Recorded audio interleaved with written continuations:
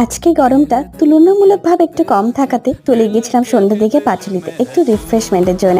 ক্যারো footpath বলে এখানে প্রচুর স্টল রয়েছে খাবারের, সাথে রয়েছে বসার জন্য জায়গা। অনেক চেষ্টা করে বসে প্রথম খেলাম ফিশ কবিরাজি, যেটা টেস্ট মোটামুটি ছিল। তারপর ওনাকে দেখে খারাপ লাগাতে আমি এটা কিনে নিয়েছিলাম, যেটা খেতে অতটা ভালো ছিল না, বা যাই হোক। টেস্ট করেছিলাম মোমো, আমার রিয়াকশন দেখে বুঝতেই পারবেন মোমোটা ঠিক কেমন ছিল, একদম বেকার। তারপর পাটুলিতে আমার সব থেকে পছন্দের স্টল ছিল এটাই।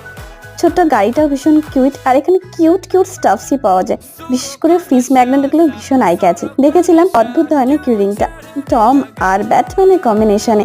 খেলাম সোডা দেওয়া মকটেল, যেটাও ছিল একদম বেকার। পরে এত ভিড় কেন সত্যি জানি না। তবে যেটা না বলেই নয়, চা ও নচিকেতার দোকানটা ছিল সব থেকে পুরনো, যখনও এই পাটুলি পুরোভাবে তৈরিও হয়নি। সেই চাটা কিন্তু সত্যি দারুণ খেতে, আর সাথে নচিকেতার গান, দুটো মিলে একদম জমজমাট কম্বিনেশন। আর আমার ভিডিও ভালো লাগলে প্লিজ ডু সাবস্ক্রাইব।